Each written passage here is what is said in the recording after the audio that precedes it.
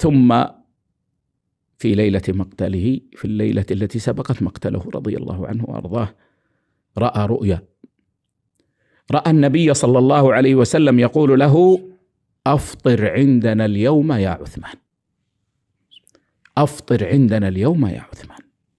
فأصبح صائما رضي الله عنه، صام وشد عليه سراويله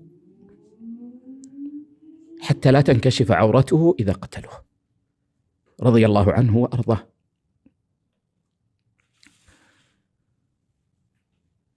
فلما أصبح وكان كثير القراءة للقرآن فتح مصحفه وأخذ يقرأ، فتسور القوم بيته، فدخل عليه أحدهم فقال له: لا تقتلني فإني أخ في الله ووال.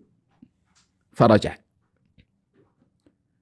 فدخل عليه الثاني فقال له: لا تقتلني فإني أخ في الله ووال.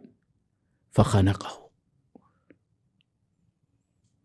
خنقا شديدا،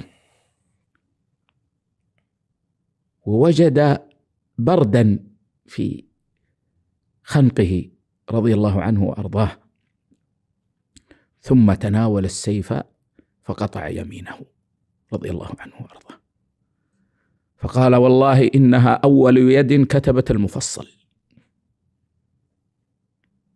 اللي هو القرآن قصة. نعم يد عثمان رضي الله عنه التي قطعت. ثم ضربه فقطع رأسه فسقط دمه على قول الله عز وجل: فسيكفيكهم الله. ثم دخل آخر فوجد رأس عثمان رضي الله عنه قد سقط، فركله برجله وقال: ما رأيت وجه كافر أشد إضاءة من هذا الوجه. نعوذ بالله من سوء الحال. وزوج عثمان رضي الله عنه نائلة رضي الله عنها